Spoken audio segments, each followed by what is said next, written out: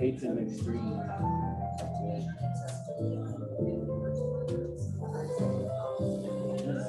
Somebody went in and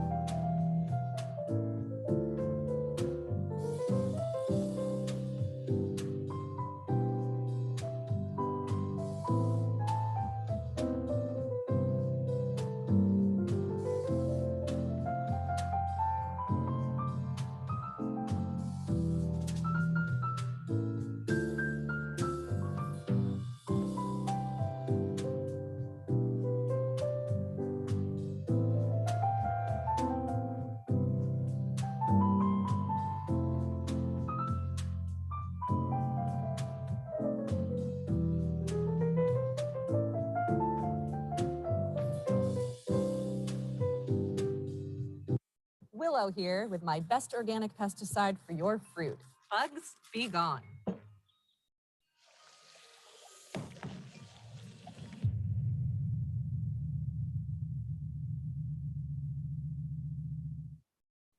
This is a word that's more than a word.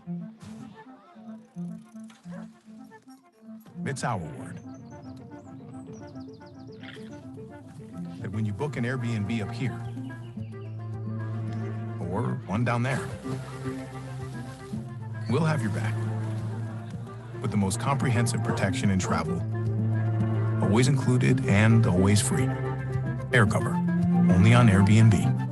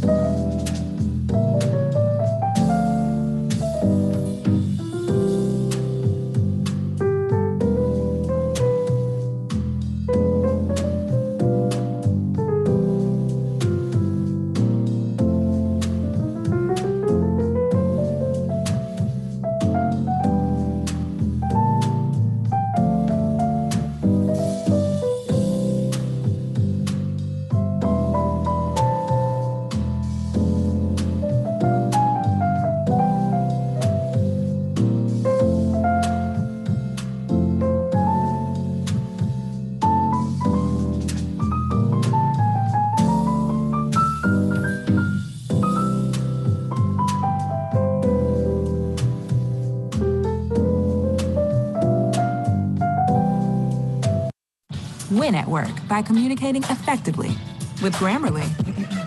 Grammarly helps you rewrite your sentences for clarity, Will triple in the next year. so you get the reactions you want. Try Grammarly. It's the blue button right there.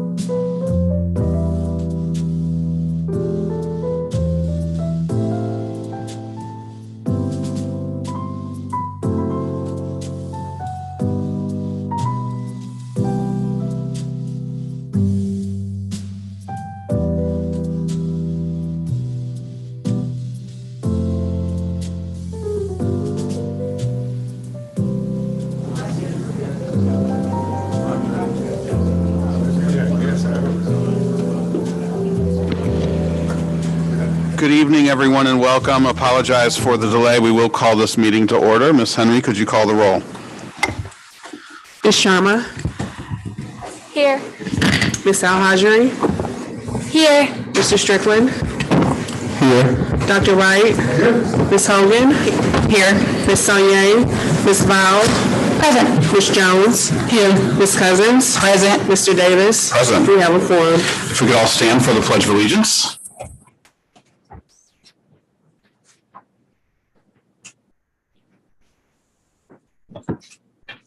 I pledge allegiance to the flag of the United States of America and to the republic for which it stands, one nation, under God, indivisible, with liberty and justice for all.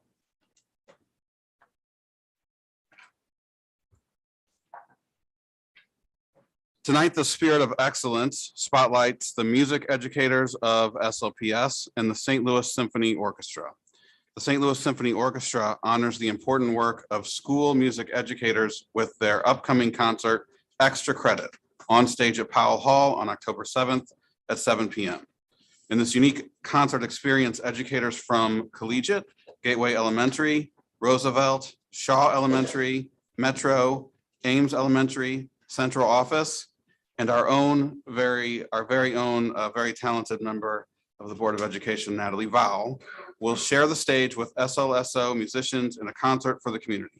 The event is free, but tickets will be required. So for more information, you can visit the Symphony's website, slso.org, or the SLPS Facebook page. So congratulations to these music educators and Ms. Vowell. Our next item is for approval of the minutes. If we could get a motion for approval of the minutes of Tuesday, September 13th, 2022. Dr. Wright has moved for the approval. Is there a second? Second. Ms. Henry? Dr. Wright? Yes. Ms. Hogan? Yes. Ms. Val? Yes. Ms. Jones? Yes. Ms. Cousins? Yes. Mr. Davis? Yes. Motion passed. Dr. Adams? Yesterday morning and last night, I provided the board an update on the status of 3 of our students. I've done this regularly over the past almost 14 years to the Special Administrative Board and to the elected board. The reason for those updates is always difficult because I'm conveying to them information about some tragedy that has impacted a student or students. More often than not, it is a tragedy that has occurred as a result of some violent act, usually as a result of a gun. So it was again yesterday. I notified them that a student from one of our high schools was shot and killed over the weekend. In another unrelated incident, a high school student was shot in the neck after arriving home. An elementary student was shot in the back. While this information is hard to report and harder to hear, it seems that it is commonplace in our city. And despite the meetings, the peace marches, the prayers, the anger, the crying, the proposals, the chest thumping, the head nodding of affirmation and hand wringing, it does not seem to stop. And more importantly, it does not seem to matter much anymore to this community. We see a 1 or 2 minute blurb on the local news and read a short story in our local newspaper, but after that, it becomes only a memory, except for the families and close contacts that are really impacted. For them, it becomes life-changing. I wish and pray it could feel that way for everyone all of the time. And maybe, just maybe, something more would happen. We will continue to provide the support with counselors and to staff and students. We will continue to advocate for ways to support students in this community. But I'm just wishing and praying we were more ashamed of how we seem to devalue the lives of our most precious resources.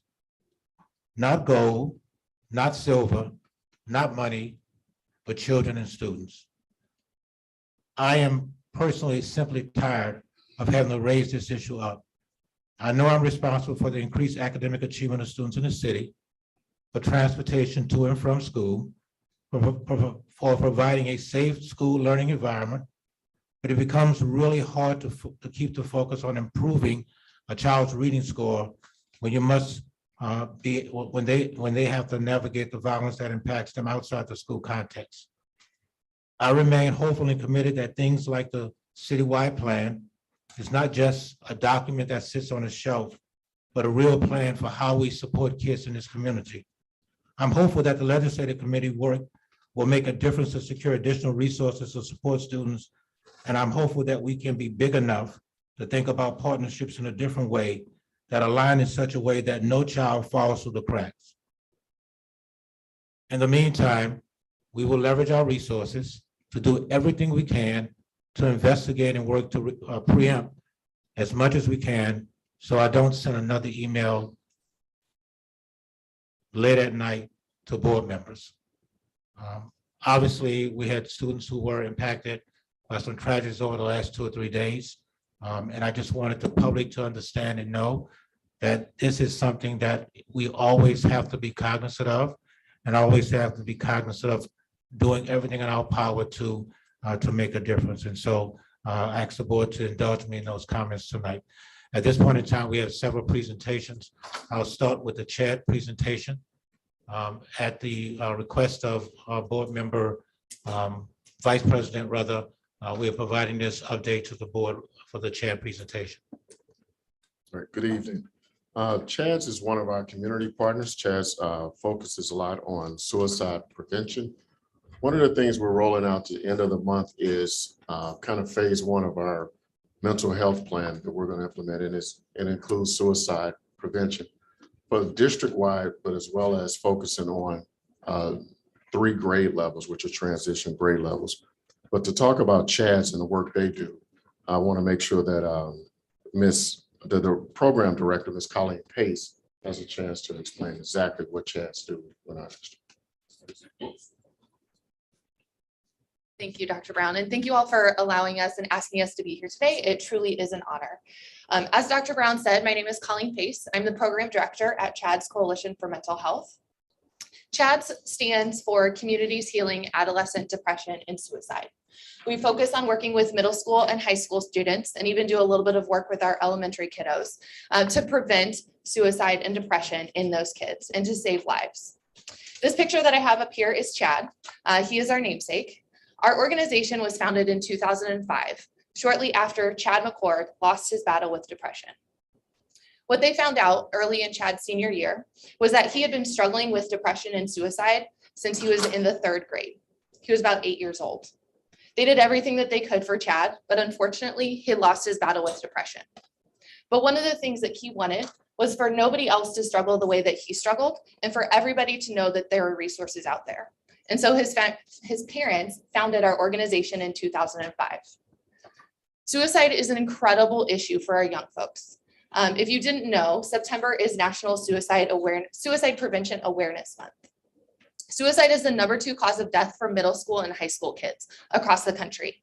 Number 1 is accidents, those accidental things that we can't really prevent. But suicide is completely preventable. 1 in 5 kids will struggle with a mental health disorder at some point in their life. And about 33% of mental health disorders start to manifest. We start to see those signs and symptoms during the adolescent years. And so it's very, very important that we get to these kids as early as possible. At CHADS, we have 3 main programs that we focus on that are intentionally intertwined so that they can provide wraparound services and wraparound prevention to these kids. The first one that Dr. Brown mentioned, and he'll talk about a little bit more about what we're doing with St. Louis Public Schools here in a few moments, but that is our Signs of Suicide program. It's an evidence-based, classroom-based universal prevention program designed to educate kids on the signs and symptoms of depression and suicide, and most importantly, how to get help for themselves or their friends. Through that presentation, we do a screening for depression and give the kids an opportunity to ask to speak to a counselor or a social worker if they're worried for them friends or for themselves. So we're empowering them and giving them the knowledge of what they need to know and empowering them to ask for help in that moment at the end of all of our presentations. From there, we have our family support program, which is our counseling program, and then our social emotional mentoring program. Our family support program provides short-term solution-focused therapy to kids who are struggling with depression, anxiety, and/or suicidal ideation. Okay. We're embedded in the schools at least 1 day a week, sometimes more, so that we can provide therapy to kids during the day so that parents don't have to worry about transporting their kids back and forth to their appointments. Okay. Our clinicians are specially trained in working with kids who are actively suicidal. About 40% of our clients are suicidal whenever they come to us. And that's whenever our clinicians will engage in risk assessments and safety planning involving the school as well as the family to create a really strong safety net for those kids.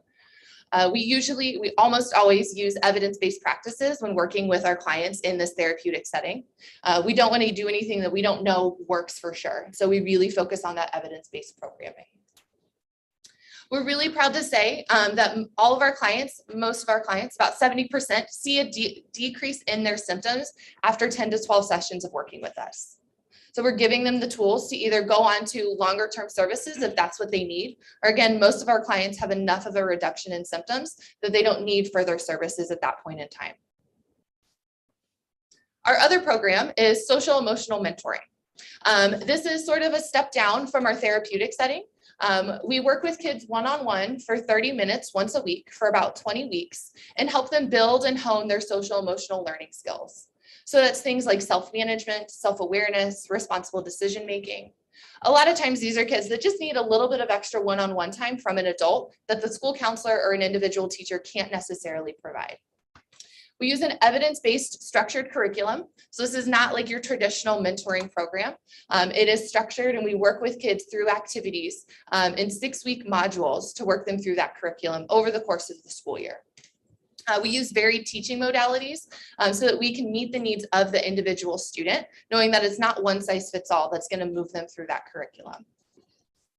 Through this program, we see improved well-being, improved self-management, and improved self-awareness overall.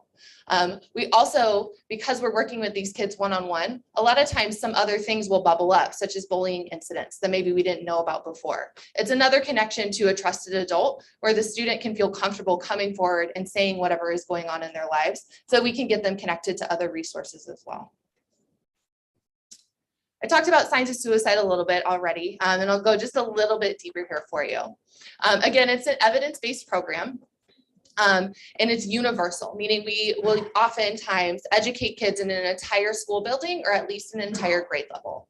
The self-ID portion is by far the most important part because again, we're attaching an action so that they can ask for help in that moment. We have a progression of presentations that range from 5th grade all the way through 12th grade. We really want to emphasize the importance of talking to kids every single year about this. We want our ACT technique, acknowledge, care, and tell a trusted adult to be as common as stop, drop, and roll. So by talking to kids every single year, but changing up the presentation just a little bit so that we're reviewing the information from before and then adding on to it about something more relevant to that period in their life, such as bullying, self-injury, peer pressure, healthy coping skills. What does life after high school look like? And how do you navigate the healthcare system? So we want to make sure that we're talking to them year after year and really emphasizing the importance of asking for help. Our outcomes for this one is an increase on knowledge on mental health. About 80% of our students know more, or they can identify 5 symptoms of depression and 5 symptoms of suicide after participating in our presentations. Our goal is that 80% of students have an increase in help-seeking behavior. So that means that they can reach out to a trusted adult if they see any warning signs in themselves or in a friend. I'm very proud to say that about 85% of students increase their help-seeking behavior as a result of participating in our program. And the bottom one that's up there says self-ID for help. So that's that self-ID I keep mentioning, asking for help at the end. About 14% of our students last year asked to speak to a counselor for themselves or for somebody they know. There's over 7,000 students in the entire St. Louis metro area that are connected to resources as a result of participating in the CHADS program. I'm very proud of the work that we do, and I cannot say enough about how important it is that we're having these conversations with our kids, especially as the world continues to grow more and more complicated. We want to make sure that our kids have those resources and access to help. The last thing I'll say is that we get a lot of really positive feedback from our students. There's a couple of quotes up here on the slide. Another story that I'll tell is one of our clinicians was working with a child last year and working through therapy and not really making a ton of progress. And then all of a sudden she realized, or the child said something, and what they realized was that there was food insecurity in the home. And part of the reason that they weren't progressing in the process was because the child was so worried at home that they didn't have enough food to put on the table. Our clinician was then able to talk to the school and get the family connected to the food pantry that the school district had, and then they were able to continue to move forward. So it's just one way that demonstrates that having that additional adult and that additional connection for these kids can really help them lead happy, healthy lives in the long run. These are some resources. The last thing I'll say, if you didn't know, the Lifeline, the Suicide Prevention Lifeline, used to be a 10-digit number, a 1-800 number. Just in July in the state of Missouri, it was changed over to a 988 or 3-digit number. So just like you call 911 for the police or the fire department, now you can call 988 for any sort of mental health crisis or mental health needs that you might have. So I think I'll give back to Dr. Brown. Oh, any questions that the board might have? Thank you, first of all. I don't necessarily have a question. As Dr. Adams stated, gun violence has taken our kids, but suicide is coming to the top of the list. Since the school year started, I've received at least 3 notifications of a child taking their lives. And a lot of it is due to bullying. Some of it can be due to other things, but I think it's important that the district knows and that we know exactly what you all are offering and how we can ensure we're getting the message out more to make sure if people need help or if they have someone that they know need help, that they have the resources to make sure that they're getting it to them. I've had some young adults that have come to me and said just what you're saying, that some kids have said they feel this way or they feel that way. So this is a tool I think that should help me as a board member, but also the district as a whole to make sure we're having the necessary resources in places. The gun violence is sickening as it is, but to hear a 10-year-old taking their life, from bullying or words hurting like that, that's the worst of the worst for me as well. So I thank you for what you all are doing. And I hope we're able to lean in and do even more to address this. Thank you. I do have a question, please. Sure. So with this program, the results of your interaction with our students, and I talked to Dr. Brown about this before, how are you going back to check and see if you have been effective? How long do you check on these young people? Is it 1 year, 2 years, 3 years? That's a great question. So it depends on the individual circumstances of the student for our one-on-one services. We always do a 30-day follow-up to make sure that the family was connected to additional resources if they are not completely symptom-free or if they needed longer-term services than what we can provide. We always do a 30-day check-in. And our clinicians also do a really good job at working with the kids and the family and helping them understand that they can always come back. It's never well, you're done. We've seen you for 12 weeks and goodbye. It's definitely a step down process to make sure that the child and the family feel good and healthy about discharging or moving on to other services. And also the counselors and social workers at the school district also follow up after they finish their programs with them. One of the things you asked about last meeting, we have put in place. We're also starting to put a survey to the families. So we had not done that previously. So now, as you asked in the last meeting, we have a survey that goes directly to the kid and the parent to give us their feedback. And so we'll be presenting that at the end of the year when we do our final presentation or when we present our outcomes and details for you. Dr. Brown. Oh, I'm sorry. Go ahead. So with the program, do you put posters up in the school so the students can see what you offer?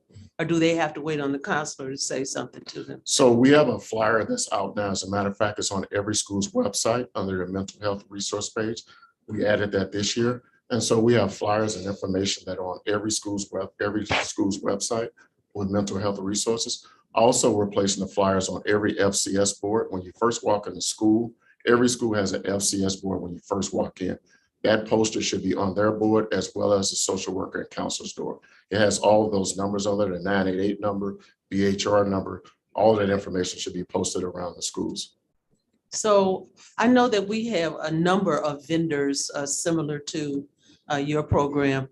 So is there any point in time when the district would hold a some type of workshop or something where, just say for instance, if you were at Roosevelt and you called all the seniors in to talk about all the various programs and how the students might access those programs. Do you do that? It's a great question. Yes, the social workers are the key point person for every school. So as you said, we have different organizations because one can't cover all 60 schools. So they do have auditorium sessions where they call the students in. As a matter of fact, we're going to a high school next week. And so they do call them in. They make sure they're aware of all the information. We're also going to speak at the PAC meeting next month to make sure that they're aware as well. Okay. I like Dr. Adams and Ms. Cousins. I'm very alarmed at the rate of violence in my community with young people. And I really consider gun violence a sign of a suicidal behavior.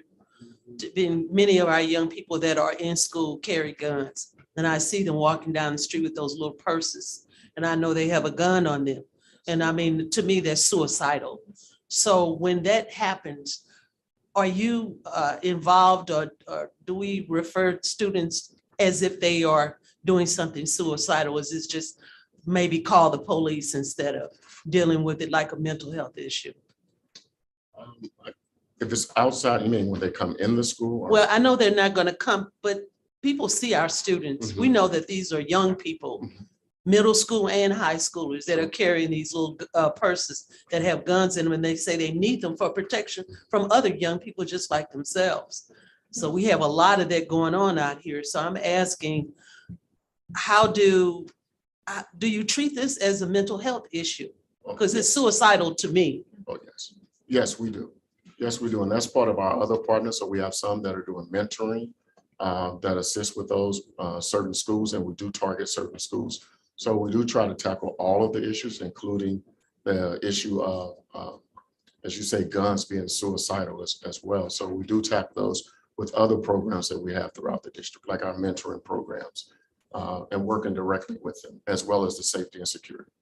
Now, last but not least would be the internet bullying that goes on. Many of our students won't say anything, and our young people that are in elementary school as well are getting bullied and harassed online.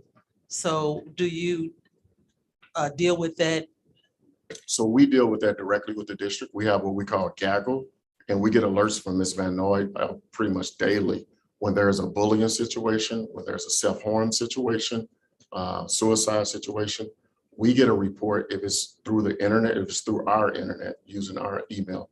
Ms. Van Noy sends about 3 or 4 a day where we reach out to the counselors and social workers at those schools, and they directly contact those students and those parents to make sure that we're involved in that situation. All right, thank you. Let's see. Can you hear me? Yes. I know many youngsters. Right. The red light's got.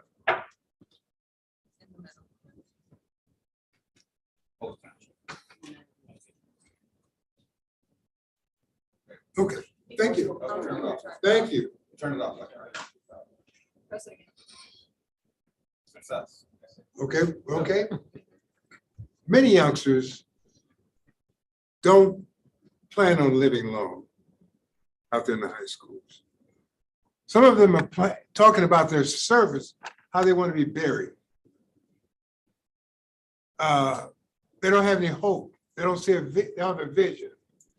So in order to help, we've got to provide youngsters with a sense of success and how they can live longer. Many of them say, if I go to college, if I finish high school, that's how they start their conversation. They don't say, when I go to college, they say, if I go. And we have to give the plan to make them feel they can go.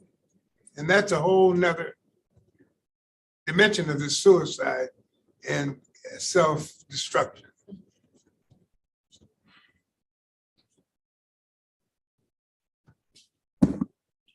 Thank you very much. Thank you for the presentation. Thank you, Dr. Brown. And thank you for the work that you're doing in our schools.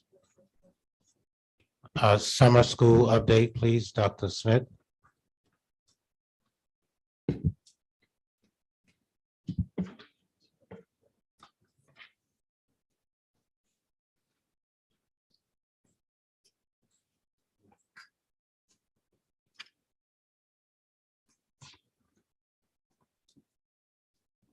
All right, and so good evening. And so thank you, Board President Davis, Vice President Cousins, school board members, Superintendent Adams, SLPS staff, community and families. And so I'm excited to talk to you briefly about just our core business, right? Learning, teaching, growth. And I'm going to be joined by our Director of Curriculum and Instruction, Dr. Kimberly Moody, who also served as our summer learning lead that provided strategic direction and focus for what we call Camp SLPS. And so our time together will be in 3 parts. So the first part is going to be a summer learning overview and a video snapshot. So you have an opportunity to see just one of our schools in one of our classrooms, what summer learning looked like. On the second part of our time together, you'll hear from Dr. Moody talking a little bit about the enrollment trends and some of our summer learning resources and supports. And then our third part is going to be the evidence of impact. So what was the result of our summer learning over the course of that 1 month?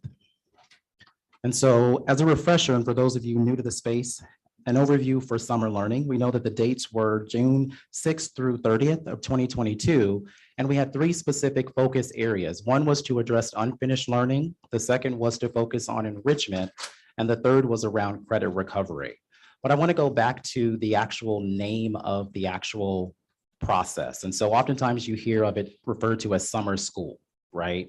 And so when you think of summer school, you think of repeating something that happened in the fall, the spring, or the fall, the winter, and the spring. We were very intentional about changing the process and the structure to call it Summer Learning Camp SLPS. And you'll hear from Dr. Moody just a little of those elements that allowed for us to take a different approach to what summer learning could actually look like. We had 18 lead school sites. And during the month of May and June, we offered 6 days of targeted professional learning.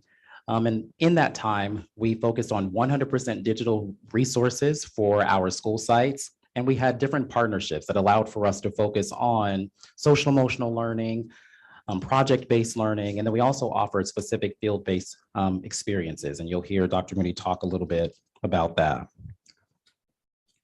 And so what I want us to do is to take a peek into one of those schools in one of the classrooms where you're able to bear witness to at least a few elements of the summer learning program. I do believe it's about a 3-minute video. And so be able to take a look at that for us, Ms. Vanoy. You should be able to click the link and it goes right to it.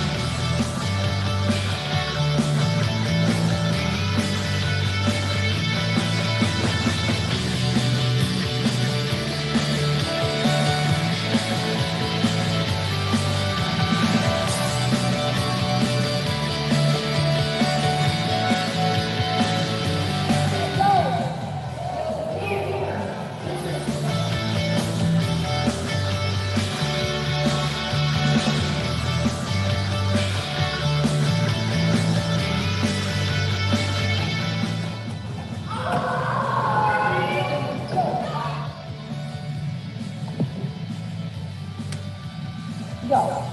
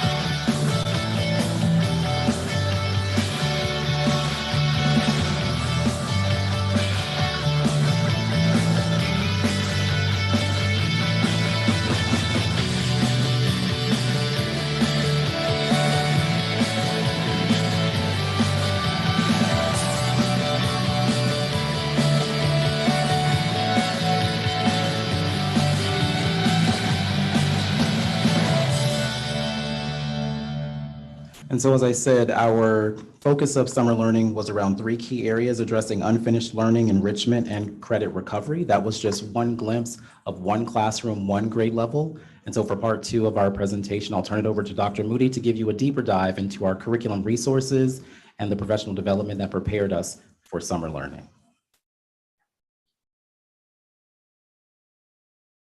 Good evening, Dr. Adams, and to our board and our guests, especially our scholars. Thank you for joining us this evening, and thank you to Ms. Urachik, our 4th grade teacher at Mellencrot, who curated that video for us. And so I want to say again, greetings, and want to take a look at our enrollment trends for summer learning. This year, as we consider supporting scholars with the recovery of learning loss, and reinvigorating what summer learning looks like, not just for scholars who need extra support, but for all scholars. We are excited about our summer learning enrollment trends. Even during the pandemic and during pandemic recovery, we've been able to recruit scholars to participate in our program. In the past 2 years, we've been able to maintain steady attendance with 23% of our overall enrollment participating in 2021. And in summer 2022, as more options opened up for scholars from competing programs, we were able to serve 22% of our overall scholar population this summer. Now I'd like to talk to you a little bit about our curricular resources. And so you see them listed here, but I'd like to highlight 2 in particular, 2 of our newest resources. This year we were back outside. I know you saw in the video some of our scholars at the St. Louis Zoo. We were thrilled to sponsor field trips during summer learning this year. We know that field trips enrich and expand the curriculum and strengthen observation skills by immersing scholars into sensory activities. Field trips increase our scholars' knowledge base and help them develop a deeper understanding of content. It also expands their awareness of learning opportunities in their own community.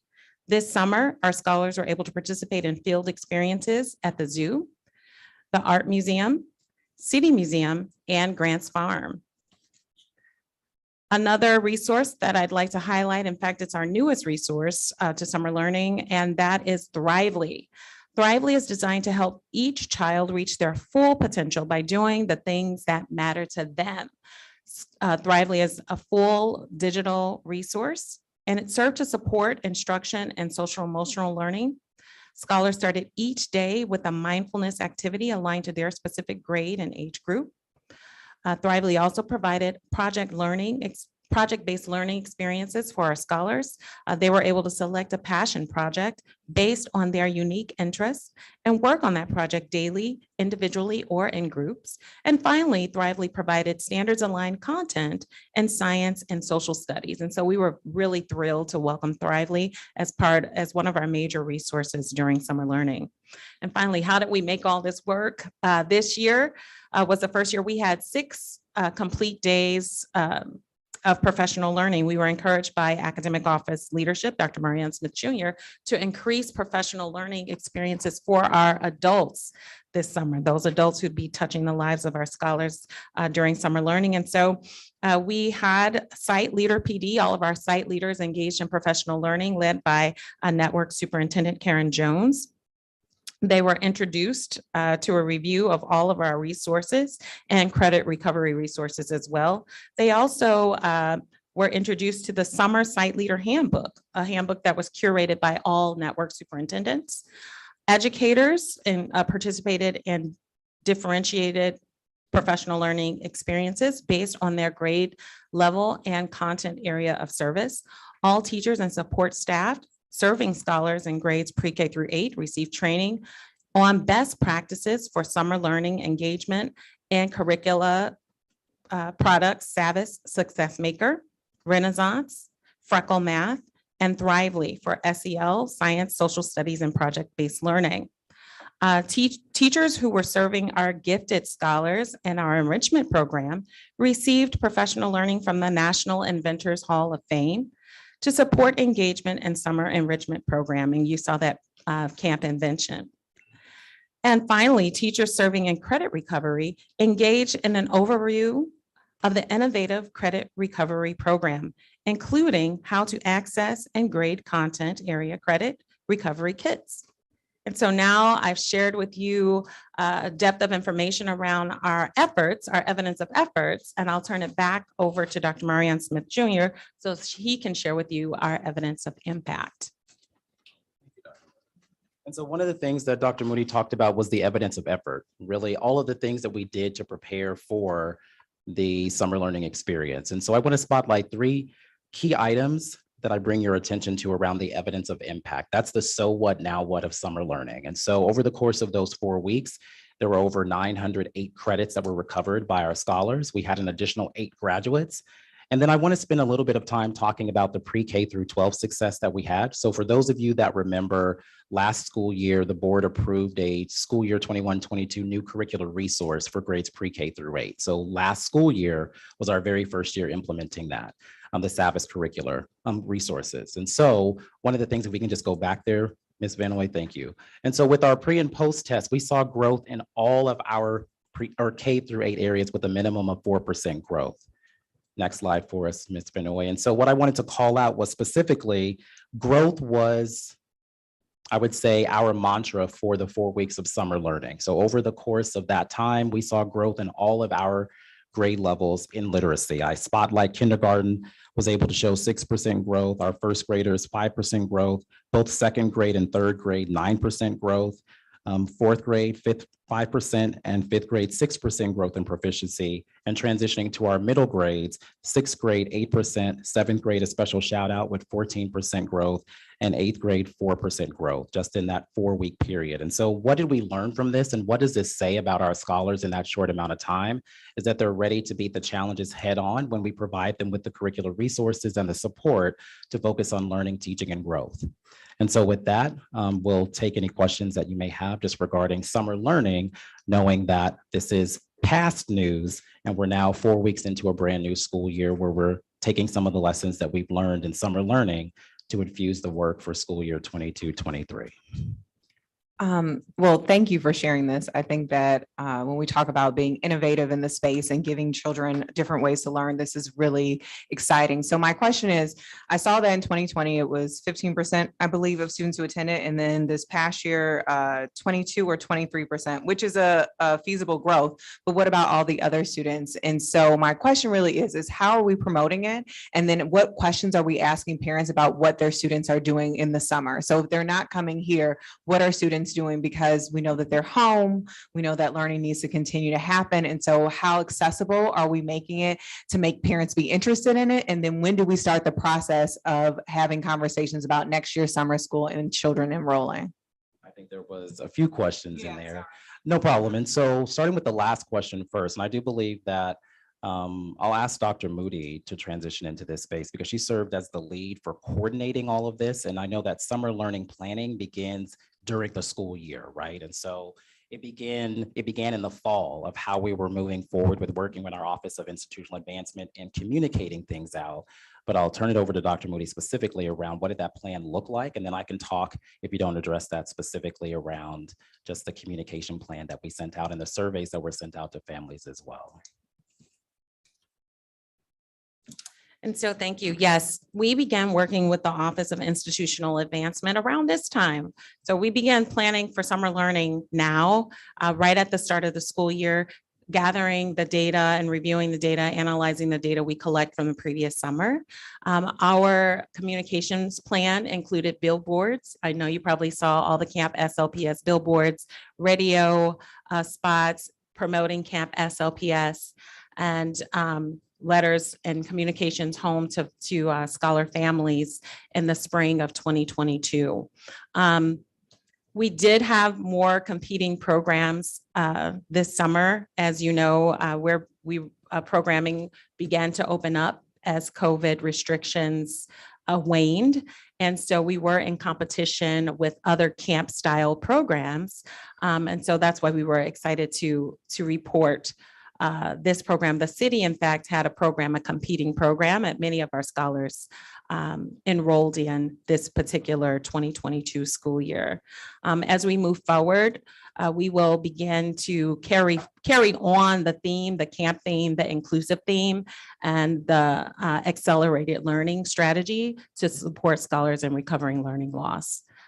I know I don't know if I answered all your questions, Ms. Hogan, but hopefully I was able to get some of those. No, that's perfect. So in terms of what you've seen so far, beginning to look at the data from this past summer, what are some of the areas of focus for this upcoming summer that you feel like that will be different? We definitely want to include mathematics as one of our focus areas. We do include mathematics, and we cover all the core content areas, but we want to promote mathematics and STEM projects. We got a lot of interest from Camp Invention, and we look forward to continuing our partnership with the National Inventors Hall of Fame. Thank you. Thank you. I have a question, please. Yes. So I'd like to compliment you guys. I think you're doing a wonderful job. And I like all the progress that we've seen from the new curriculum. I want to know, is there ever a possibility of having a winter type camp? Because I know that our students seek creativity, and it seems as if being outside does something to young people. And I'm just really hoping that with the passing of Prop S funds, that we can help you create outdoor spaces where you can create those winter type and summer camps where our students can perform outside. Absolutely. That is exciting. We are actually looking toward expanding our experiential learning for our curriculum, and we are excited about the Prop S funds. We currently offer summer programming and curriculum and instruction. We typically offer a competition, but it's all digital, nothing outside. And so as we move forward and think innovatively about how we want to spend those Prop S funds, we look forward to getting your input and the input from the board and our other stakeholders around how we can make outdoor learning a part of our winter experience as well. Thank you. I have a question as well. I was wondering, in Camp SLPS, is lunch provided, and do you guys provide transportation to make it more accessible for all students? Absolutely. Lunch and transportation is always provided for our summer learning programs. So is there breakfast too? Breakfast and lunch. And were these camps full day camps? They were full day, considered full day. Yes. Okay. Yes. I have one more question. Have you guys considered adding like test preparation in your camps for high school students, such as like ACT, PSAT, those kind of tests? Because that might help get more students interested, and it would also help raise test scores in the district. Absolutely. Absolutely. We will. Mhm. Thank you. So I had a question about the incoming data, the growth that we've seen from the pre-test and post-test scores. Have we looked back at this group of students to see where they are at the beginning of the school year as well, to make sure that they retained everything they learned from Campus LPS, or we're drilling down into that data, and are we kind of tracking that throughout the school year? No, I appreciate that question. So one of the things that we just in the process of ending today actually are our CFAs, our common formative assessments. And so once we have that data compiled, we'll be able to look at that cohort data to track, here are the students that focused on summer learning. Did they actually retain, to your point, or did they regress as well? So once we have that, we can share that information with the full board. Thank you, Dr. Smith. Thank you, Dr. Moody. Appreciate it very much. Mr. Watson, want to give the board an update on the water lead update. We made a commitment several years ago that we would test every second year, I think. And so Mr. Watson's going to give you an update from the recent assessments around water testing. I think he also has the entity that supports us in that effort if there are further questions that he may not be able to answer. Mr. Watson. Good evening, board, Dr. Adams, listening audience. First, want to begin, as Dr. Adams indicated, providing the results of the water testing that was conducted over the summer. But I want to begin with that St. Louis Public Schools has been one of the first major school districts in Missouri to test our drinking water for lead content. Various organizations and even the state of Missouri contacted our team to better understand our processes that we've done within the district. We've ended up taking a leadership role in meeting with Missouri legislators on both sides of the aisle to come up with some regulations to protect our students and staff from leads in drinking water. So in short, the district drinking water policy closely mirrors the new state legislation. So as I began with the presentation, I wanted to start with where we are now and kind of work our way back to this point. So in essence, due to some of the issues nationwide, Flint, Michigan, the district back in 2016, alongside with our environmental contractor, environmental consultants, came up with more or less a program to address both lead, air, and even water throughout the district. We follow the federal, state, and local guidelines, and of course, environmental consultants is licensed within the state of Missouri, as well as the Department of Health and Senior Services and our lead abatement contractors. The U.S. EPA, United States Environmental Protection Agency, regulates the drinking water within our district. Just some of the science. The U.S. EPA estimates that about 10,000 of our schools and facilities maintain their own water supply. Approximately 90,000 public schools are not regulated under this particular entity. So our proactive approach as the district to protect our students and staff is to inspect and test our drinking water sources throughout the district. Our approach is simply to take all the portable water sources throughout the district, and we test them. We have what they call a first run to determine if the water has been sitting or has been set overnight or during a period of time during the summer. We prioritize our sampling by looking at those areas where we have those children under the age of 7.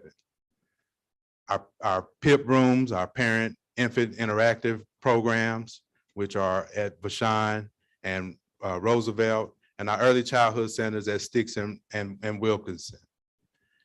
We do a first draw basis. In other words, after we have the water set for some time period, the water is then tested. And those sampling results come back within 48 to 72 hours.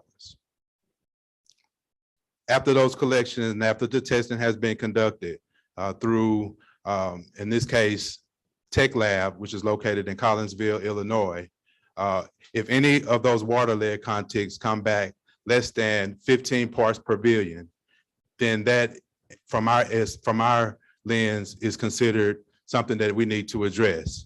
When we address these fixtures, it is either we abandon them and or we do corrective actions first before we consider abandoning or doing any other thing outside of any other repairs to address those plumbing fixtures. The district has held a very strict level when it comes to the parts per billion.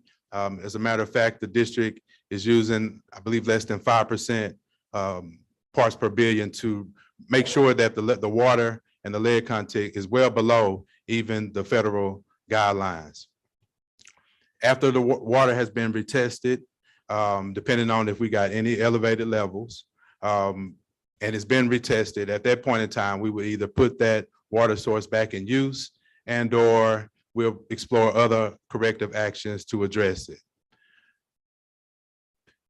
As of this year, from the results that were conducted in previous years when we first initiated this back in 2017, and again, that was in response to the Flint, Michigan crisis, we had approximately, I believe it was 88 water sources that were identified as that needed corrective actions. To date, I'm proud to present that all of our water sources have passed this year. So that's the progress that has been conducted from the time that we started and over the years to where we are now.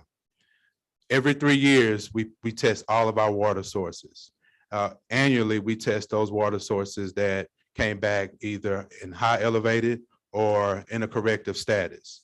So for this year, for those from the previous years where we actually had 9 that failed, we retested annually, and this year for all of our water sources that we retested, none of our water levels were elevated initially, and that's from the first draw up into where we are now.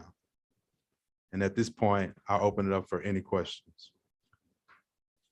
Mr. Watson, thanks for mentioning the legislation. I think as part of that legislation, one of the things that was different from the standards that we already had is a requirement to utilize filters.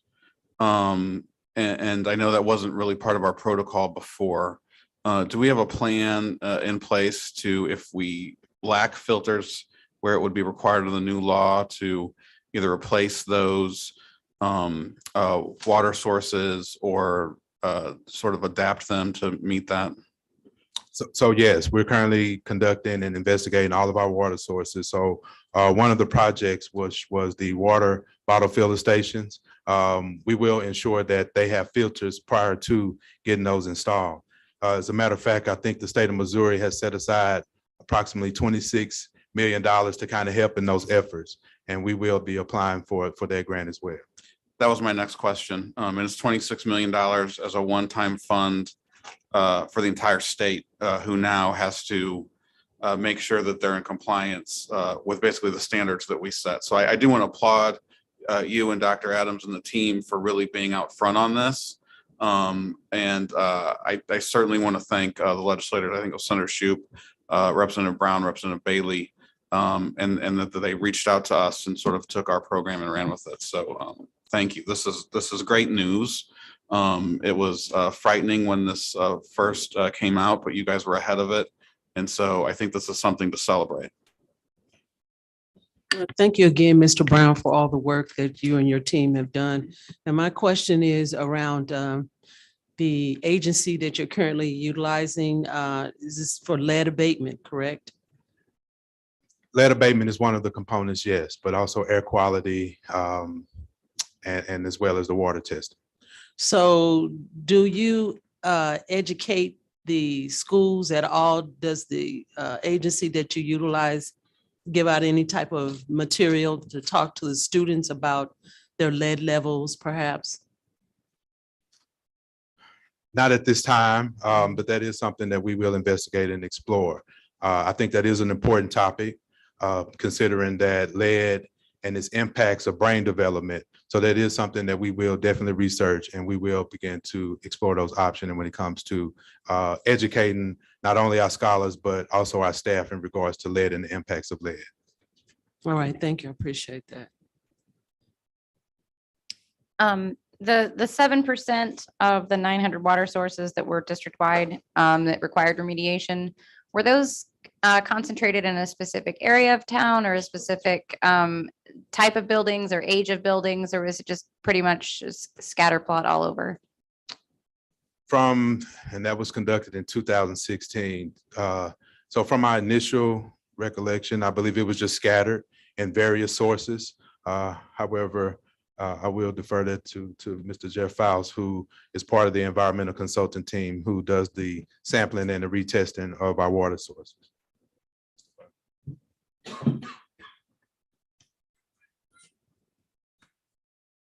Hi, good evening. I'm Jeff with Environmental Consultants. We've serviced the St. Louis Public Schools since 2007. If you don't mind, I'd just like to take a quick second and say, Dr. Adams, thank you for the comments you made at the beginning of this board meeting tonight. There's a lot of us that share in that frustration, having lost children. And, it's important that we keep fighting the good fight. So thank you for sharing those comments. In regards to the specific testing about how the water results looked in 2016, that was the first time we ever did sampling in the district. At that time, just to set the table, Chicago Public Schools had just finished their school district. We were looking at guidance documents put out by the US EPA that go back to about 1995. Our firms had a lot of experience going all the way back to that time, working in schools and actually doing lead testing in schools. What we found was surprising. The natural thought process would be that the oldest schools would be the biggest problems. And while some of the older schools were problematic, that is true, some of our failures came out of newer schools, such as, where's the culinary kitchen at? Clyde C. Miller, for instance. And that's where we're doing cooking as a trade issue. So what we found was that even some of our newer schools actually had problems with lead in the drinking water. So when we looked at those results, it was actually a mixture of both the north side of town, the south side of town, and even newer schools as well as the older schools, unfortunately.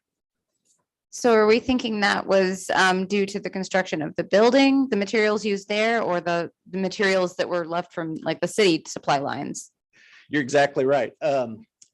There's two questions there. There's two types of tests that we perform. The very first test is that first raw sample that Mr. Watson was talking about.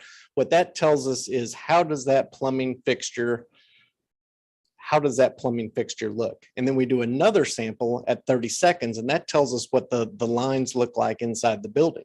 And then we even do a third sample a couple minutes into the process, and we usually do them in kitchens. And what we're trying to monitor in those situations is what does the water look like coming from the city?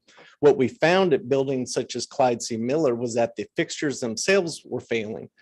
And part of that has to do with the regulations. And unfortunately, up until the time that Obama became president, before Obama was president, lead-free didn't mean lead-free. It meant that you could have 0.5% lead content in your fixtures. So while this was meant to be lead-free regulations, we never were lead-free.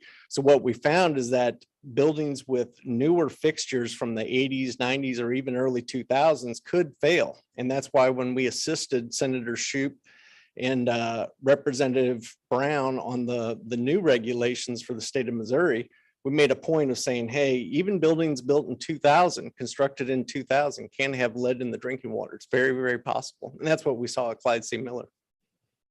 That is actually fascinating. So there are a lot of homes that are older that may have new fixtures or updates here and there. So maybe that's something that we should work on, getting out information to families. I know this is something that Donna is very passionate about, but knowing that, it did come from new construction is quite astounding, actually. So very, very frustrating. I testified both in the Missouri House as well as the Missouri Senate on these issues as one of their technical experts. And it's just one of those things that it's contrary to everybody's intuition.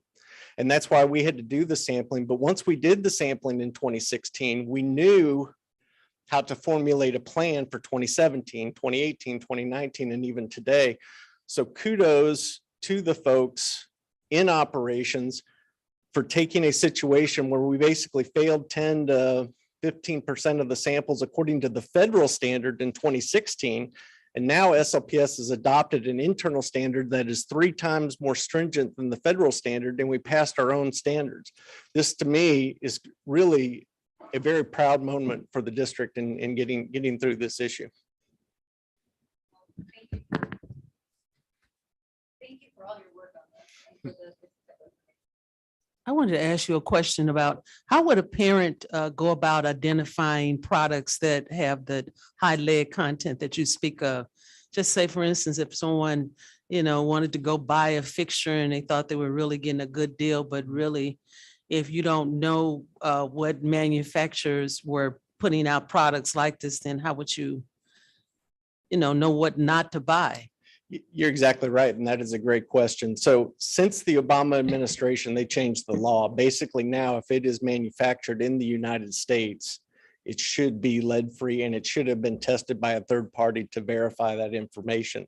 Still, if you're buying a fixture from a box store and you see that that fixture was made overseas, there's no guarantee that somebody in the United States has tested that. In other words, they may rely on somebody else's data. That would be my point of concern to parents. And as always, the city of St. Louis has an excellent lead-based paint program. And we've worked with the city of St. Louis for the last decade in reducing the amount of lead poisoning in our children. And it's really made a difference, particularly when you look at the numbers that the city is posting. So there's still a lot of work to do. It's still something a lot of us are extremely passionate about. We live to talk about it. We live to act. But everything is trending in the right direction at this time, particularly in the schools. I want to say thank you again, Mr. Faust. Obviously, we've been doing this for a while and just want to say thank you for the work that you've done and the guidance that you provided to Operations Department and obviously Mr. Watson as well. So thank you very much, gentlemen. Appreciate it.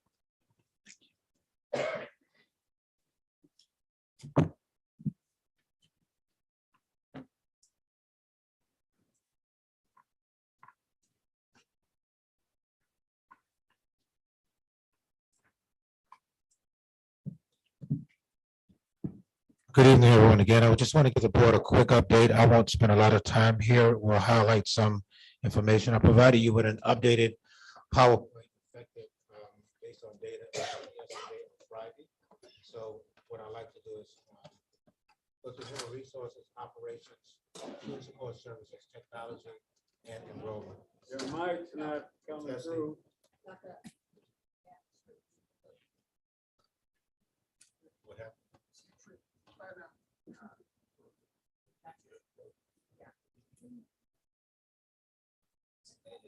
Is that a signal for me to sit down?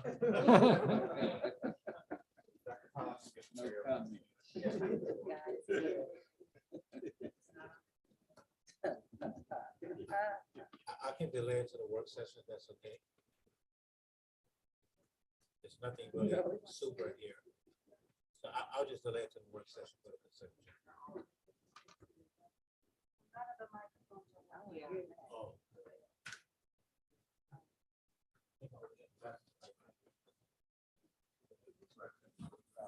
I want to hear that.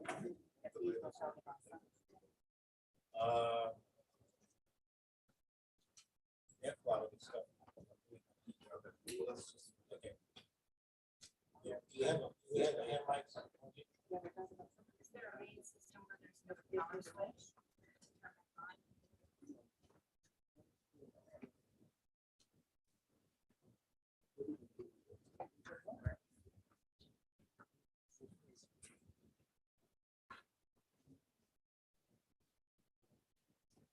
Oh, really?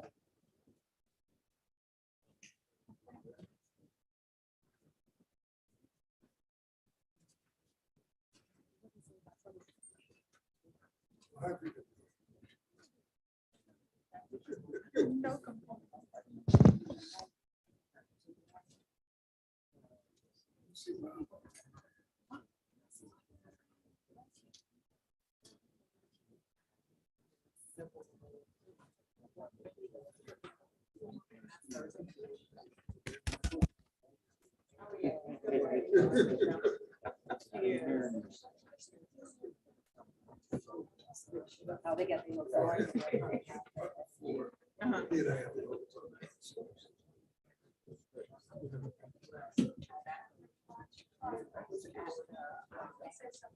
Test.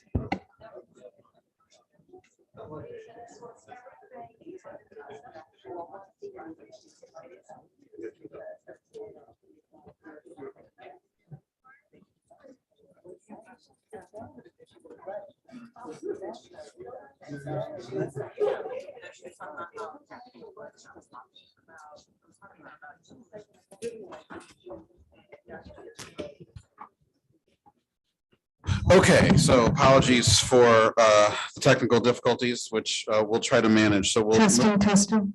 we'll move through this agenda. If people have questions, maybe you can do that. But our next item is on the September consent agenda. Are there any items that any members want to take separately? We can also still have discussion after we have a motion. Ms. Jones? Is there something you want to take separately? Yes, I had a question about. Well, let me know if you want to take something separately. Yes. What's the item? The item, hold on, 09. I'm sorry. I had a question about 09-13-2208. Okay, so if we could get a motion to, if there's nothing else any member wants to take separately, if we could have a motion to approve 9-13-2201 through 9-13-2207. Ms. Val makes that motion. Is there a second? Ms. Cousins seconds. Ms. Henry? Dr. Wright, Yay. Ms. Hogan. Yes. Ms. Val, Yes. Ms. Jones, Yes. Ms. Cousins. Yes. Mr. Davis. Yes. Motion passed. If we could get a motion to take 9-13-2208, and then we can discuss. Item 09-13-2208. Ms. Cousins moves to approve 9-13-2208. Is there a second? Ms. Val seconds. Discussion. Ms. Jones. I do have a question about this item. I want to get a better understanding about the Urban League's contract. This is for $500,000. And it's asking that the Urban League operate the student and family support program. So I wanted to understand, do we have a program like this already, or did we outsource this to another agency before the Urban League is now taking this over? Yes, it was Grace Hill, but Grace Hill. Sorry.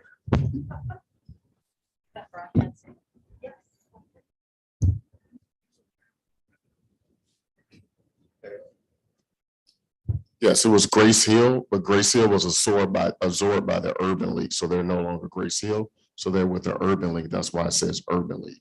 So it's the same company, but Grace Hill is no longer there. They're absorbed by the Urban League.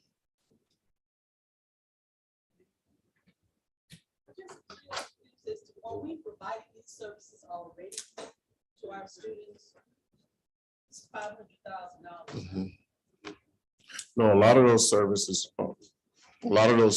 are what we call, they do a lot with our students. Some things we cannot do, such as helping with attendance. They can place kids in their cars where we can't, and making sure kids get to school. They work directly with those schools.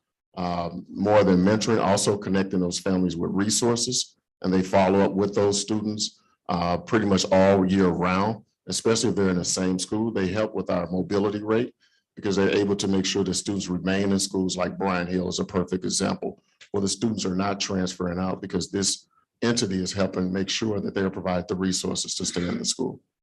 Person that is in charge of making sure these services are provided, that they're doing what they say. Because I was surprised. I didn't understand that the Urban League was in this business. I know they do a lot of it, but I didn't know that they were performing this type of services. Yes, and again, it's really Grace Hill. They're partnership with the Urban League. So Urban League kind of sponsors them. So it's no, like I said, it's no longer Grace Hill. It is the Urban League and they are providing those services. So it's under the umbrella of Urban League. No problem. Yes. In regards to what Ms. Jones is saying, and prior to the other statement, the question that was asked, how are we tracking? Are we now using the system that we spoke of before, where we're going to be following up with the parents and everyone to get a survey to see if they're really getting the services that we're looking for, and will we be able to get a report of that? Yes, you will. And that's what I heard you guys say loud and clear last year. And that's why this year we are going to be surveying parents and students to make sure that we report back to you what parents and students are saying, not just what the entity is saying.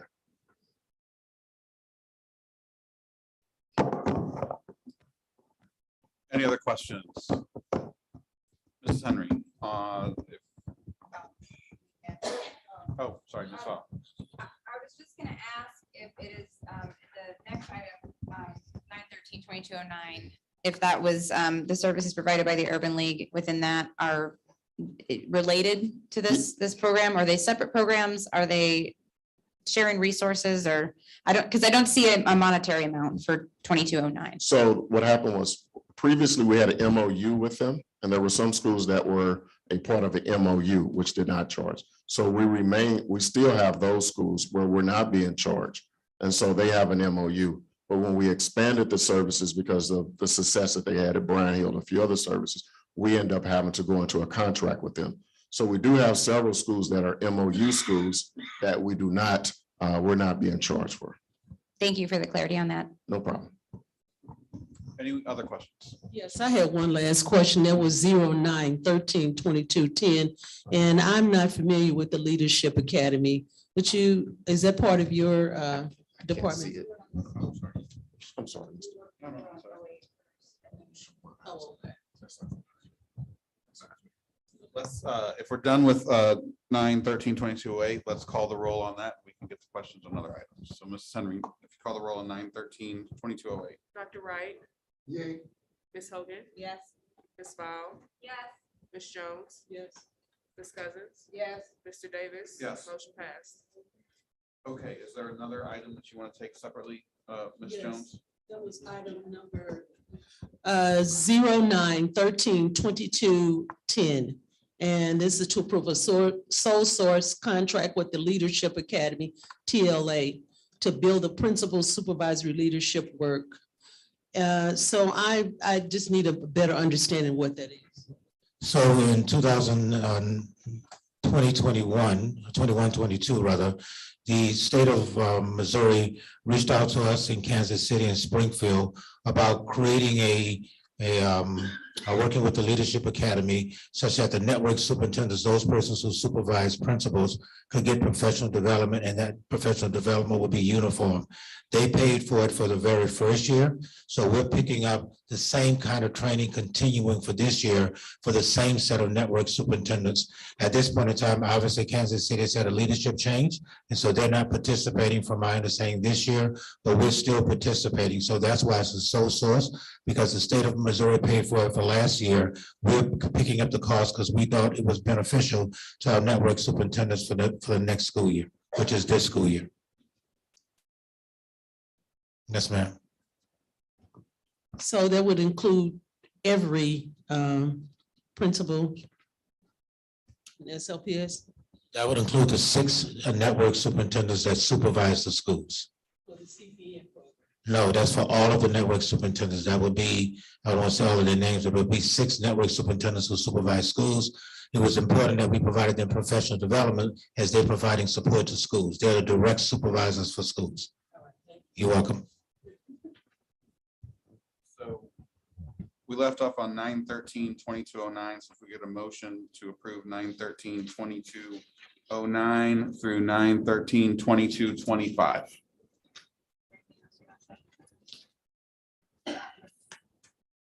Yes. Okay. Which one? And I'll make the motion. Actually, it would be 09-13-22. Okay, so I make a motion. I move to approve 9-13-2209 through 9-13-2221. There's a second. Second. Any discussion on those items? Mrs. Henry?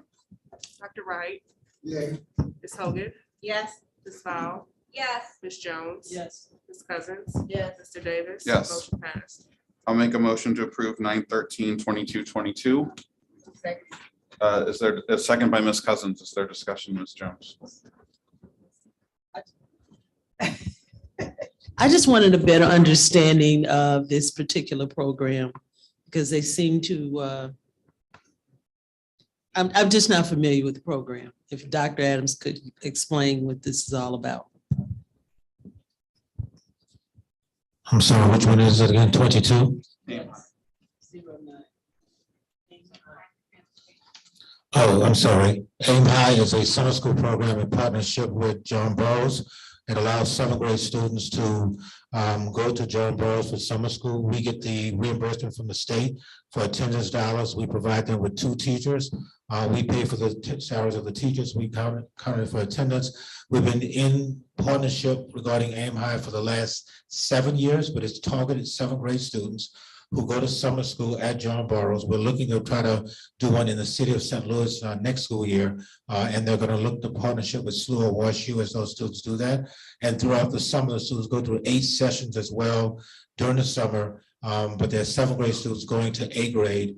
And that's what the partnership is about. I think we have, at this point in time, about 40% of the students are SLPS students. The 60% of the students right now are students from Rittner.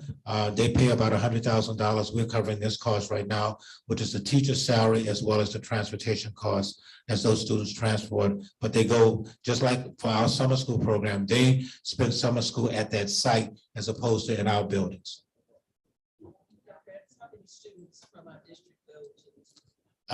It's 40% right now. I can't remember. I'm sorry. I was actually a student for Aim High from my. Wait.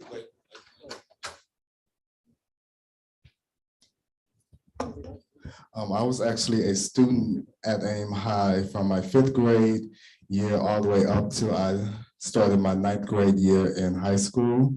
It was a wonderful experience at Aim High. I didn't do John Burroughs, but I did do Priory, and I had a wonderful experience. And I would love for more students to get that opportunity because they treated us with so much love and compassion there as students. And we had so much diversity there, and it is a great program for students.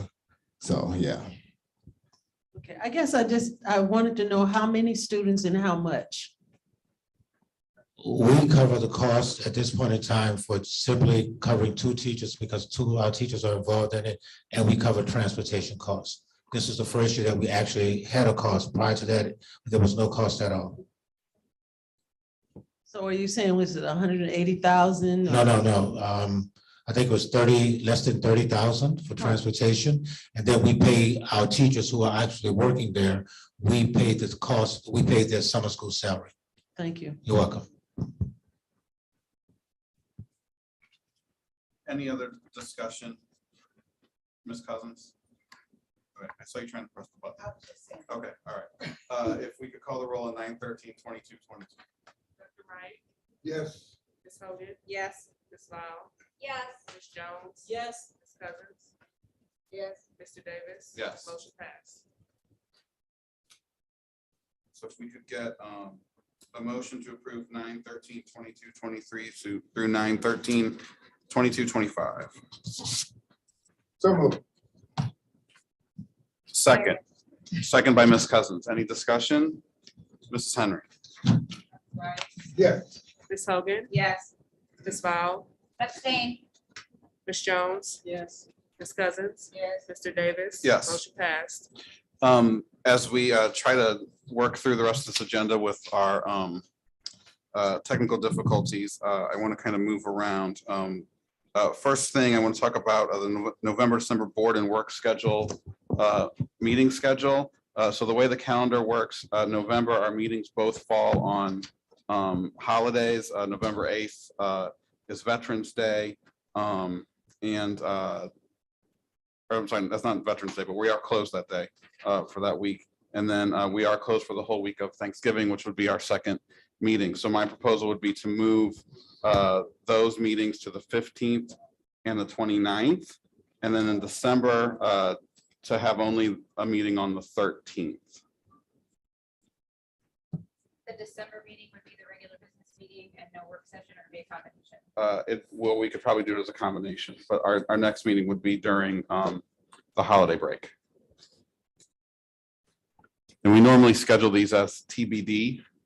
So now's the time to BD. I'm sorry. The second one is the Christmas break. The first one is the Thanksgiving break. Any discussions on that? Could we have a motion to approve those changes? I move that we approve the changes to the schedule. I move that we approve the changes to the schedule of meetings for our regular business meeting to fall on November 15th instead of the 8th, and the work session to follow on November 29th instead of the 22nd, and for a work session combination regular business meeting to be held on December 13th instead of over the winter break. Seconded by Ms. Cousins. Ms. Henry. Dr. Wright, Abstain. Ms. Hogan, Yes. Ms. Fowl, Yes. Ms. Jones. Yes. Ms. Cousins, Yes. Mr. Davis. Yes. Motion passed. We next have some professional development requests. The first one is for Ms. Fowler and Ms. Cousins to attend the SLDC Mayor's Business Luncheon. We were invited to attend and they graciously agreed to go. And then the next three were for Ms. Cousins, Ms. Jones, and Ms. Val to attend the Annual Council of Great City Schools Conference in Orlando, Florida. Ms. Val and Ms. Jones have been invited to speak on the transition to elected governance to the Council of Great City Schools. So that's a great opportunity for them. So if we could have a motion to approve those professional development requests. So moved. Is there a second? Second. Moved by Dr. Wright and seconded by Ms. Hogan. Ms. Henry. Dr. Wright, Yes. Ms. Hogan, Yes. Ms. Fowl, Yes. Ms. Jones, Yes. Ms. Cousins. Yes. Mr. Davis. Yes. Motion passed. Quickly, if we can, is there any board members that have board member reports or committee reports? I know. Ms. Cousins always has. I have a report in regards to update on the citywide plan for education, the process. The citywide plan for education committee continues to move forward with strong, sustained support from all across the city. 80 participants representing close to 50 unique organizations continue to meet monthly with our 5 work groups led by Dr. Carter and her team. And we will do so through April of 2023. Our next work group meeting are scheduled for September 28th and 29th. Our first of many public engagement opportunities where everyone can come learn about the citywide plan process and contribute to it firsthand will take place on Wednesday, September 28th at Central Baptist Church, 2845 Washington Avenue at 6 p.m. All are invited and encouraged to attend. The next meeting of the full ad hoc committee will take place at the end of this month on September 26th at 6 p.m. This meeting will be held in person in room 108 of the Board of Education at the central office. Our facilitating partner, Dr. Carter, will actually be present to provide a detailed update on the progress to date. We would like to thank all of our parents, staff, and partners who continues to encourage us in this process. We know that it is a long road, but we are encouraged by how far we've come and how excitement of those who have joined us in this work.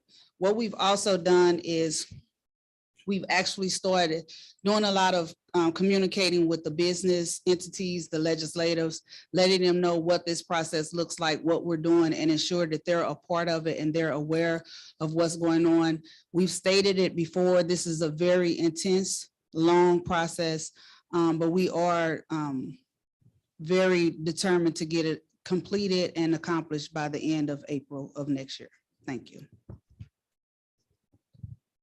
I have 2 updates. First, the Legislative Committee will hold a meeting in this room at 6 o'clock on the 22nd. We will have a special guest speaker, Linda Quinley, who is Director of Finance for the Missouri School Boards Association. She was formerly the Chief Financial Officer of Kansas City Public Schools, also in Columbia Public Schools prior to that. She is a well-regarded financial and most importantly, a legislative expert as it regards to school funding. She is going to present to us about research that she had done in terms of the efficiency of the Kansas City school districts as it relates to district schools and charter schools and we're going to discuss that as a committee and about the feasibility of us doing that here as well as we prepare for legislation and our legislative priorities, which we will also begin discussing at that meeting. It is open to the public. It will also be live streamed. So that's going to be our first really meeting in advance of the next legislative session as we kick that off. My next update is regarding the superintendent search. We have been very busy working with our search firm, Ray and Associates. They have kicked off with tremendous help from the Office of Institutional Advancement, the public engagement portion prior to opening the application formally and developing the profile of who our next superintendent would be. The board has identified over 20 different stakeholder groups and they have been invited to participate in focus groups over the course of a series of days. Most of those will be virtual. There will be in-person options for our parents. And in particular, we are making sure that parent and family groups that we don't normally reach in public engagement like this, that we are. So there'll be special sessions held for our ELL students with translators available at the ESOL office. Families in Transition will be holding a special engagement series. And so there's a number of groups for community groups, business groups, education reform groups, higher education leaders, and then certainly all of our internal stakeholders, including all of the staff, faculty, district leadership. So they are ready to go. It's going to be a very robust series of days with focus groups. And while we realize we can't capture everybody through those focus groups, there is also a survey available. It is translated into 7 languages that is open and for every person in the community to participate in. And all of this information can be found on its own website, slpssupersearch.com. The goal over these next couple of weeks is to lead to a process. The survey closes on October 12th, so it's open for a month. After the survey is closed, the board will meet with the search firm consultants who will go over the results of all of that engagement, and we will then begin to develop a profile for what the next superintendent will be, and then the open application process will begin with the hopes to come to a final determination at the end of January. So again, that timeline is robust, it's aggressive, but we have not missed the deadline yet, and we're not going to. And it is also on slpssupersearch.com. Any other board member reports or committee reports before we turn it over to public comment? Thank you. We will now open to public comment. Ms. Van Noy has the handheld mic. Let me pull up my list here for a second. Mr. Monroe, you are first up. And just a reminder of the rules, all comment is limited to 3 minutes. Please be respectful. Thank you.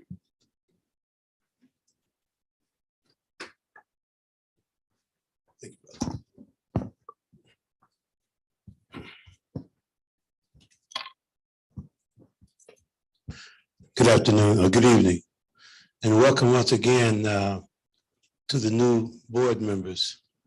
My name is Bill Monroe, and I would be remiss if I didn't say at this podium that I'm a candidate for the Board of Education for a seat on the board in the November election. And I'm Bill Monroe, and I'm asking the community for your vote. Number 2, we witnessed some things here today where the public, we sit back here and we don't know what item number 94638 means. As you conduct your business about the public schools, we need to know. At one time, we used to have a piece of paper in front of us where the community could see what you're voting on, where we can understand that. And I think you need to return back to that. Number two, the citywide planning. I'm an ex-St. Louis police officer, and I heard you, Dr. Adams, and I came on this department at 21 years of age in these streets in the city of St. Louis. And I've never seen such violence and such chaos in our city. But here stands right here in this building, the real solution: education, skills, and job training for our children. And you missed the point. The citywide planning is a farce. The mayor gave you a letter demanding that you put the community apart and sit us at the table, and you still refuse to do so. The community must be allowed a proactive seat at the table, or it won't work. And God bless the fact that the American Rescue monies that are out here, because Bill Monroe and Harriet Tubman has asked the city of St. Louis for 16.5 million of this money, where we can save some public school buildings, some vacant buildings. And I've asked the St. Louis Public Schools to give us a list and condition of all your buildings, because that is the key.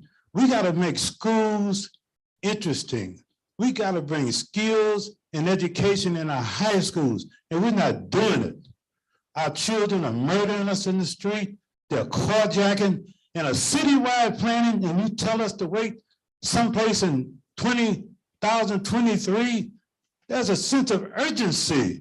We need to approach the condition in our schools, in our streets, with an urgency. You don't show it.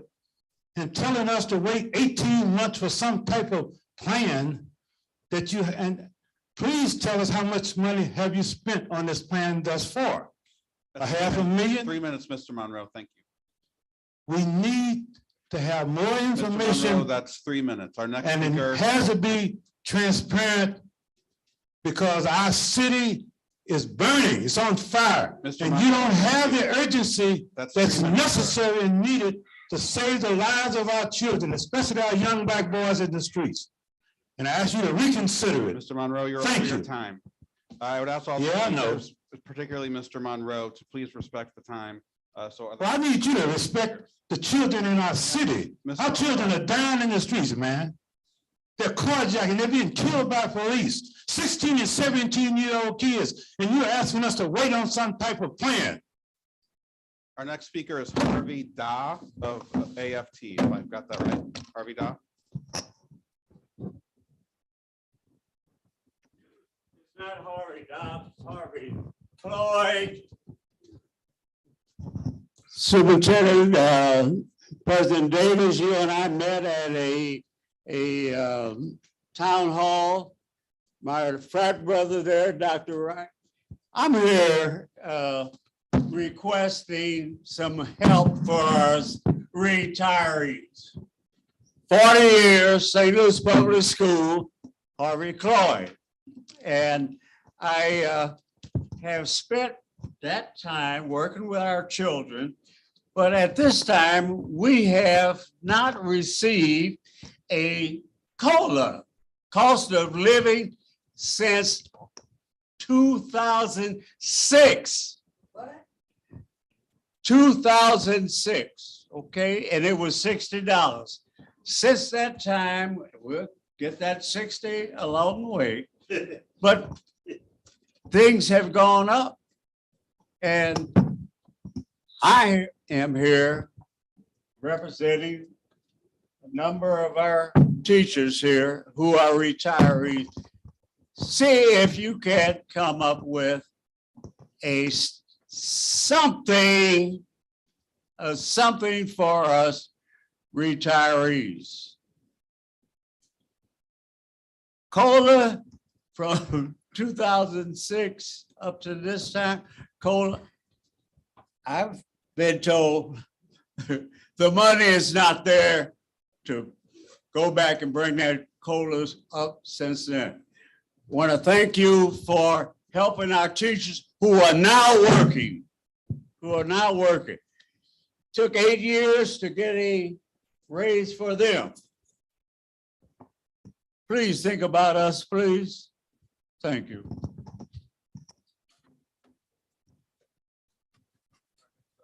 May I just add a little bit?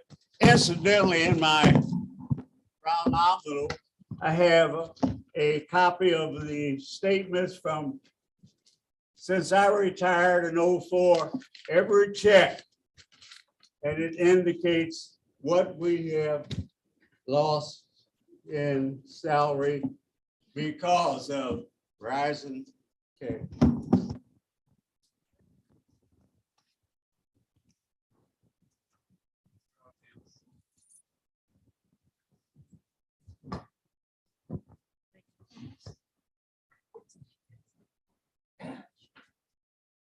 Hello, everybody.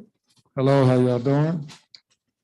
At some point in time, the people will get our voice back. We must hold our leaders and officials' feet to the fire.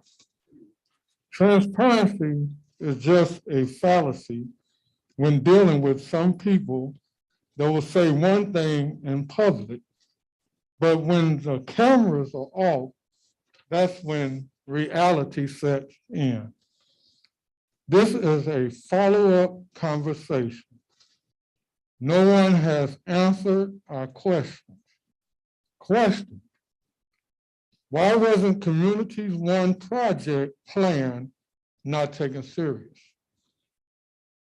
Why would any of you want to send our children out of their area to get a quality education when our neighborhood public grade school has a high school and a college across the street from each other?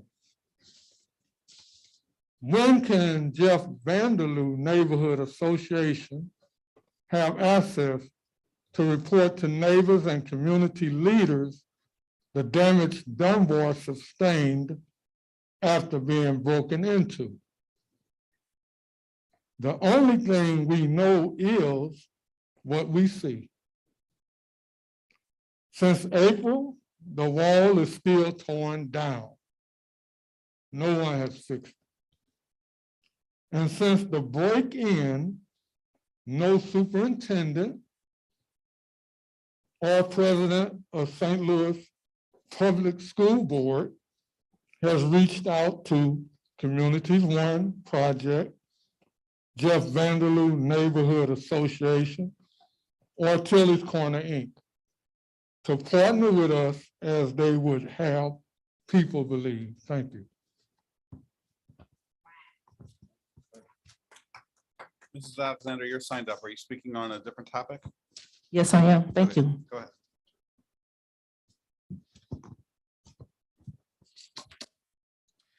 Good evening, board members.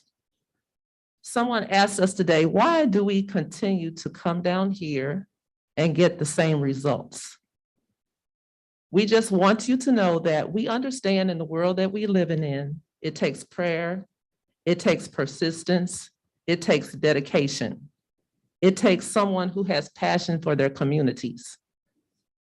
Because if we really believe in something, then we're going to continue to make sure it's achievable and it's successful.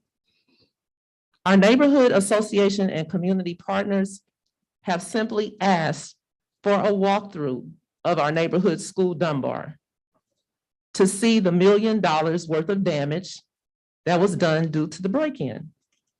There's a comprehensive plan for Dunbar.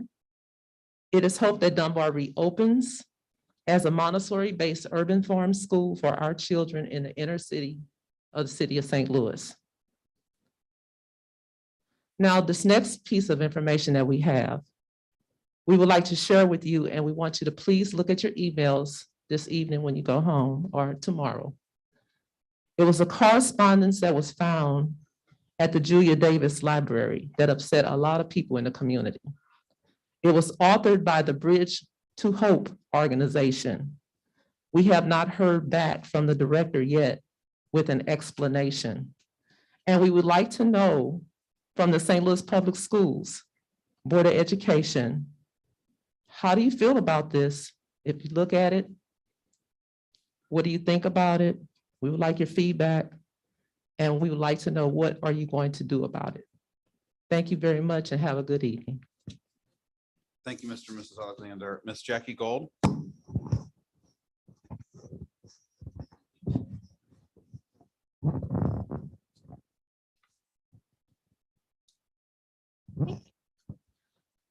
Thank you, Ms. Cousins, for your update. I really appreciated that. I've been working or engaged in the education sector for my entire life. It started as a student at Washington Montessori and a graduate of Metro. Then as a talent recruiter and an HR leader at some of the best and most diverse teachers and leaders in this district. And now as a community organizer for parents from different backgrounds geared towards centering belonging, equity, and justice. I'm a city homeowner and a parent who explored all of the neighborhood options in my community. I landed on a public neighborhood charter school. This decision was rooted in our values: proximity, quality, representation, and cost. But at the same time, our family was forced into our decision due to the lack of systemic collaboration and communication by both district and charter options in our city. I'm just devastated to see the division stirred up by some of the St. Louis Board of Education members, SLPS staff members, members of the Board of Aldermen, and other entity groups. Many have fallen into the trap of either or. This is the only way we can operate. And everyone's wrong. And we're making paternalistic decisions based on one-way thinking. This is coming from SLPS representatives, Board of Education members, and elected officials. And they're simplifying very complex decisions facing parents and families and pitting people against each other who care passionately about education. All of these are characteristics of white supremacy, and the zero game approach is holding us back from collective care. It's tearing us down, and we're not doing what's right for kids. And ultimately, it's telling Black and brown families that they can't make the best decision for their kids. All the representatives of SLPS should not be attacking education leaders. They should be thinking of solutions together. And we've done this. Proposition S, we came together. As Cynthia Brown stated, we must never throw anyone away. I know it's possible for the adults in here, in every sector, to work together, to hold multiple truths, to hold each other accountable with respect, apologize and take responsibility, and find a new way to work together. We've seen it done when we raised funding equity together and found a solution on both sides. We need to stop harming children and families.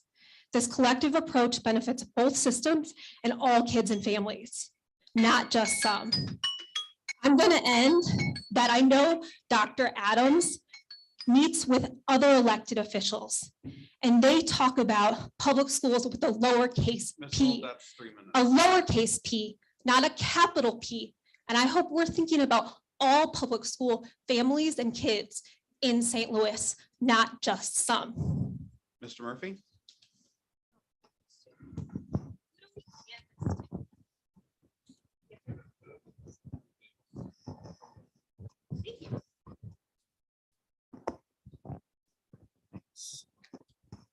Check 1, 2.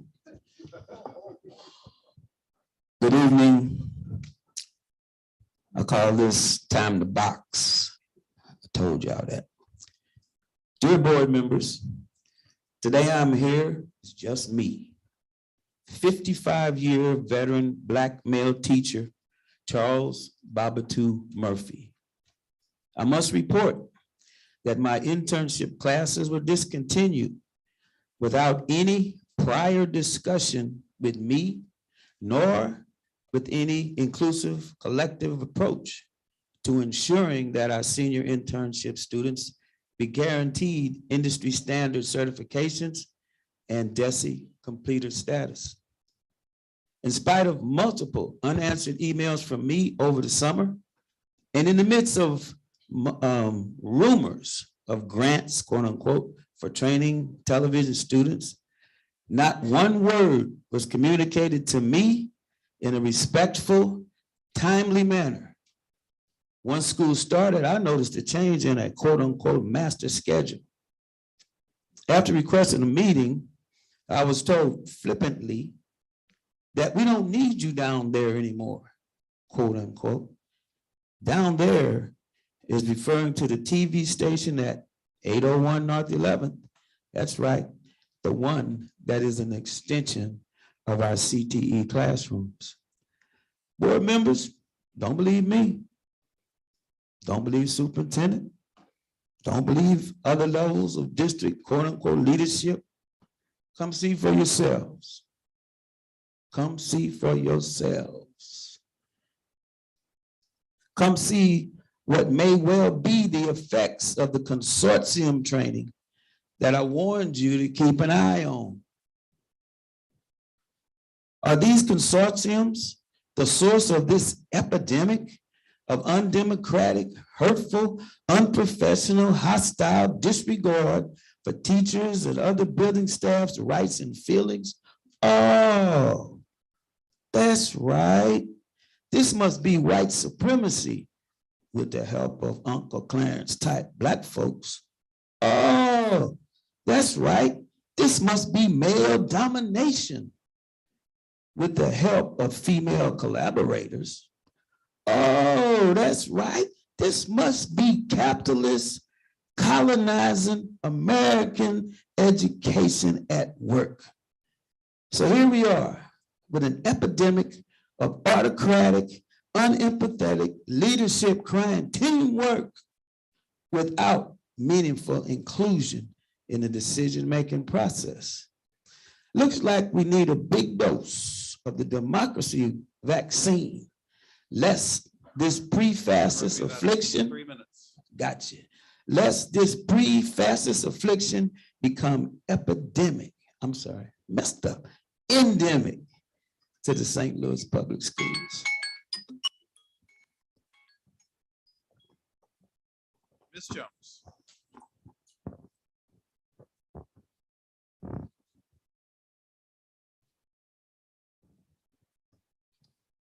All right, good evening, everyone. Feels good to be back in the room, but on the other side. Today I have two topics I'd like to discuss with you all and potential solutions that I think would help with the transportation issue that we're dealing with this week.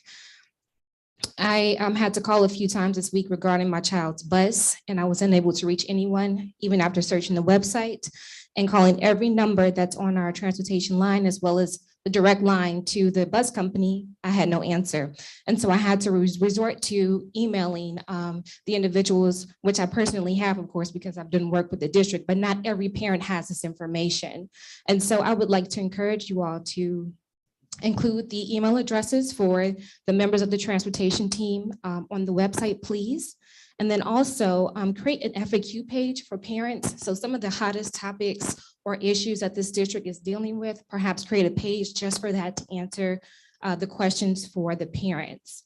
And the other portion on the transportation side is the after-school transportation request form.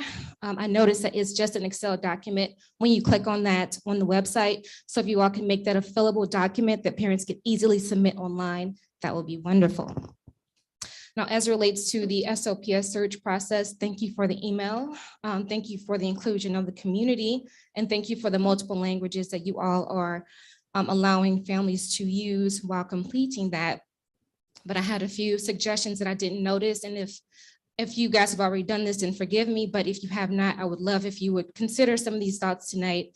And so the first one is, in order to better inform the process outside of the community survey, which is great, I believe that as leaders in education, it will be beneficial for this board to be surveyed and interviewed to help translate the board's vision into criteria for future candidates. In addition to that, developing criteria-based statistics, or information on your vision and priorities, make sure you share that with the public, ensuring to look for candidates who match the vision the board holds for the district and the direction that the board wants to take it. I'd also like to suggest that this search is citywide and not just internal. If it is or if it is not, I'm not quite sure, but please consider that. And then also reach out to potential candidates that have not applied. So not just people that are looking to apply, some people might not see it. If you all have not maximized your marketing efforts around this, hence put up commercials, put out radio ads or anything around that, I would highly encourage it because it is worth it. Our children are worth it. And then also please consider these are best practices from an organization that we, when I was a board member, have invested in from greater city schools. And so please consider all this tonight. And again, thank you for your time. Thank you, Ms. Jones. Our last speaker is Ms. Nevels McNeil.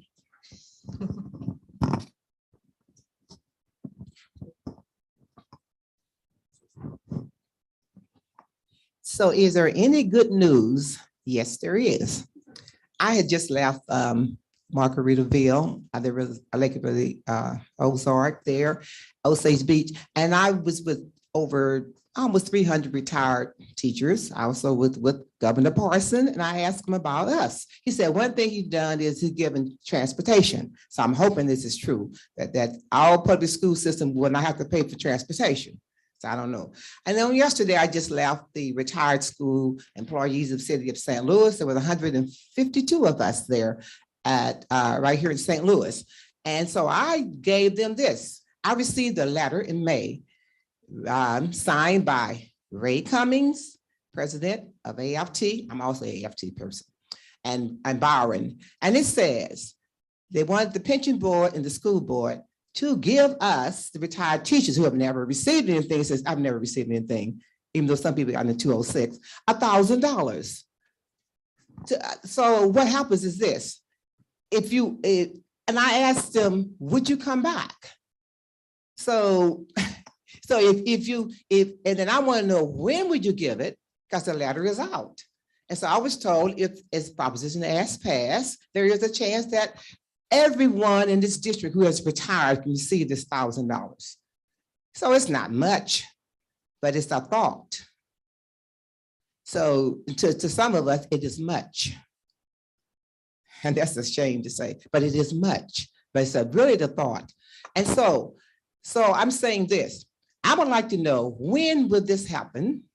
And have you considered this letter that was written from a bargaining unit? Because we as employees only bargain with the superintendent is when we are hired. After that, the way the St. Louis City is set up, you cannot bargain. You must come through local 420, and that is the bargaining unit.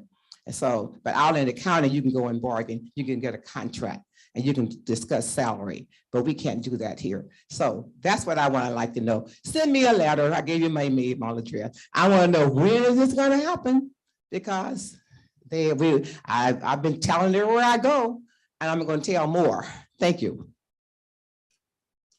Thank you. That concludes public comment. Can we have a motion to adjourn? And a second? Ms. Cousins moves to adjourn. Ms. Val seconds. Mrs. Henry. Ms. Sharma. Just say it out here. Ms. Al-Hajri. Yes. Mr. Strickland. Dr. Wright. Yes. Ms. Hogan. Yes. Ms. Val. Yes. Ms. Jones. Yes. Ms. Cousins. Yes. Mr. Davis. Yes. We are adjourned. Thank you all.